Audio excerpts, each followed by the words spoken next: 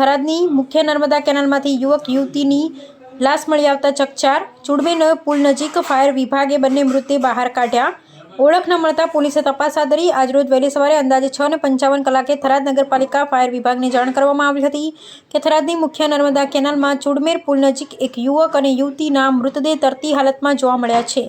જાણ મળતા જ ફાયર વિભાગની ટીમ તાત્કાલિક ઘટના સ્થળે દોડી પહોંચી હતી અને ભારે જહેમત બાદ બંને મૃતદેહોને કેનાલમાંથી બહાર કાઢ્યા હતા. મૃતદેહોની પ્રાથમિક તપાસ દરમિયાન કોઈપણ પ્રકારની ઓળખપત્ર કે ઓળખ સાબિત કરી શકે તેવા પુરાવા મળી આવ્યા ન હતા. ત્યારબાદ સમગ્ર ઘટનાની જાણ થરાદ પોલીસને કરવામાં આવી હતી.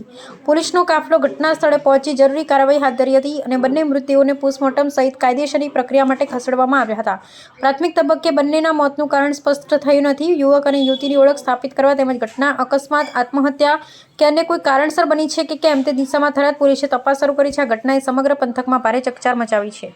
જાગશે ગુજરાત ન્યૂઝ, કાંતિ એ ગોહિર.